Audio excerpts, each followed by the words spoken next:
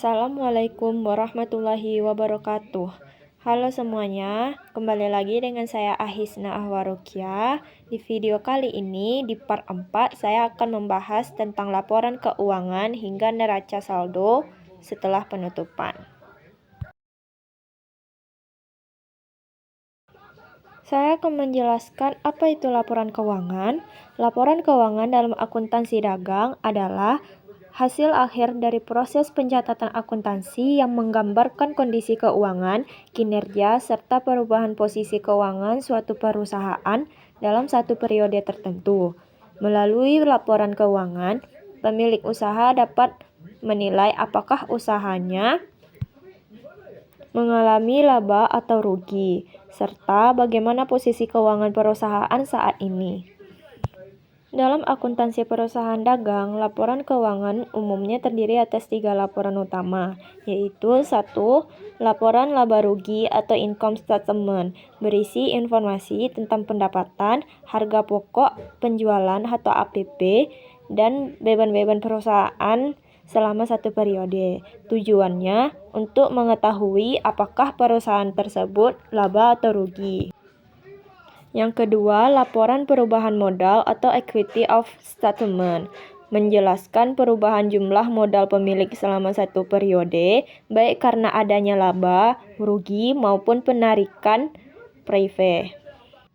Yang ketiga adalah neraca atau balance sheet, adalah menunjukkan posisi keuangan perusahaan pada akhir periode yang terdiri dari aset, kewajiban, dan ekuitas. Laporan ini berguna untuk melihat kemampuan perusahaan dalam memenuhi kewajiban serta mengelola asetnya.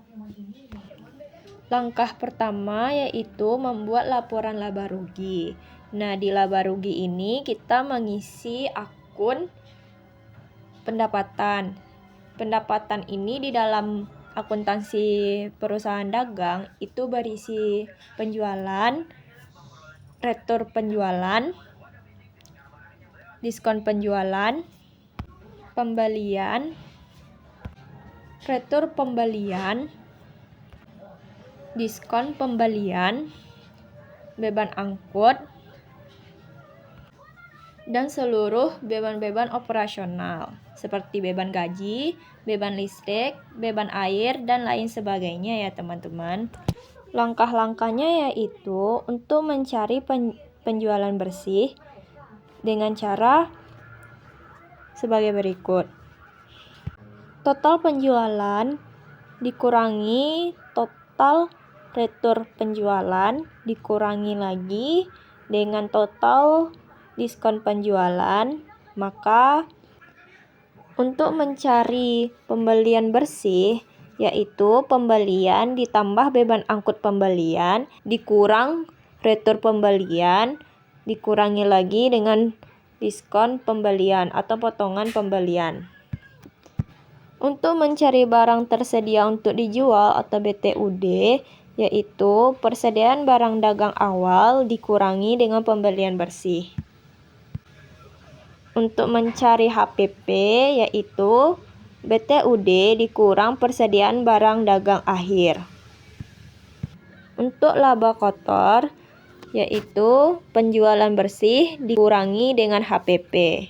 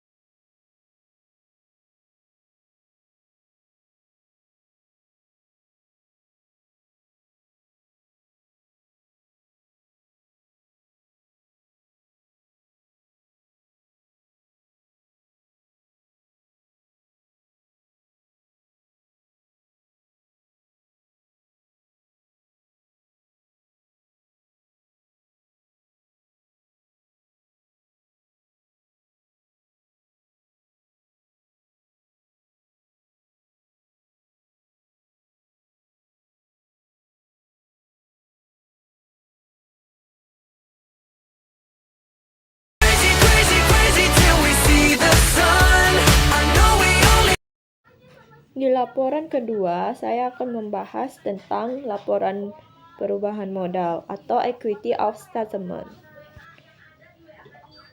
Langkah-langkah untuk membuat laporan perubahan modal diawali dengan modal awal.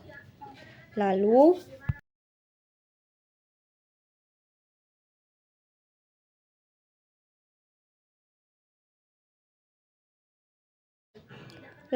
untuk kenaikan modal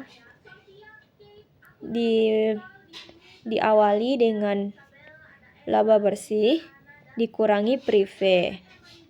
Lalu modal awal ditambah kenaikan modal. Maka dapatlah hasilnya modal akhir. Fun fact, jika perusahaan mengalami laba bersih, maka laba tersebut akan menambah ekuitas pemilik, karena keuntungan menjadi bagian dari hak pemilik perusahaan. Sebaliknya, jika perusahaan mengalami rugi bersih, maka rugi tersebut akan mengurangi ekuitas, karena nilai modal berkurang akibat kerugian yang dialami. Laporan ketiga yaitu neraca atau balance sheet. Di sheet kita hanya menggunakan kode 1, 2, dan 3 atau AS, atau bisa disebut dengan akun real. Masing-masing total akun real diambil dari worksheet bagian kolom balance sheet ya teman-teman. Dan untuk modal, angka total modal diambil dari total modal akhir yang ada di laporan perubahan modal.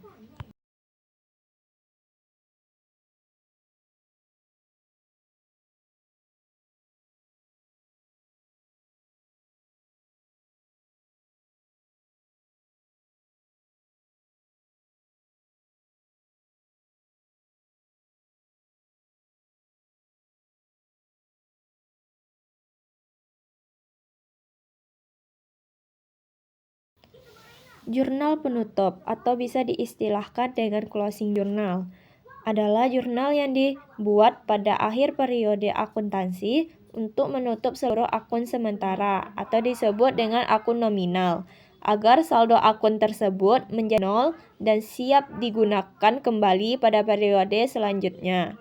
Tujuannya adalah agar pendapatan dan beban hanya dihitung untuk periode berjalan saja, sehingga laporan keuangan di periode berikutnya tidak tercampur dengan periode sebelumnya.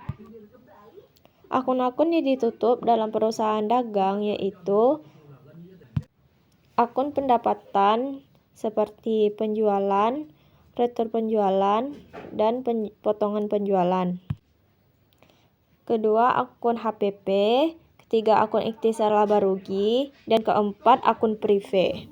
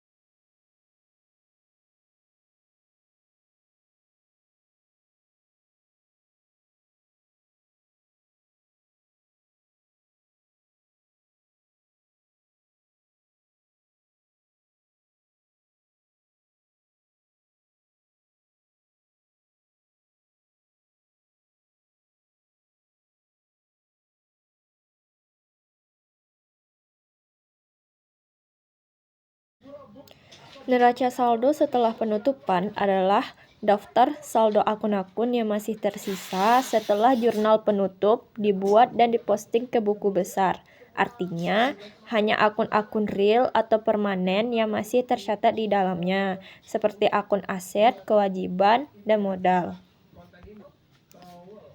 Kegunaan neraca saldo setelah penutupan atau bisa diistilah sebagai post-closing trial balance, yaitu yang pertama, memastikan keseimbangan debit dan kredit setelah semua proses penutupan dilakukan. 2. Menjadi titik awal untuk pencatatan transaksi di periode akuntansi berikutnya. 3. Sebagai alat pengecekan akhir agar memastikan tidak ada kesalahan dalam proses penutupan jurnal atau posting akun. Untuk teman-teman yang ingin tahu seperti apa sih post-closing trial balance, jadi seperti ini ya teman-teman. Di post-closing trial balance ini hanya digunakan kode akun 1, 2, dan 3 ya teman-teman.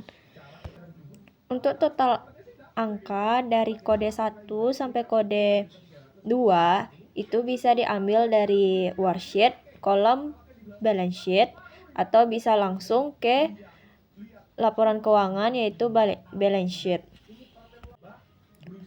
Nah, untuk equity atau modal, kita ambil dari nilai modal akhir ya teman-teman. Itu berada di laporan perubahan modal. Maka dari itu, post closing trial balance akan balance.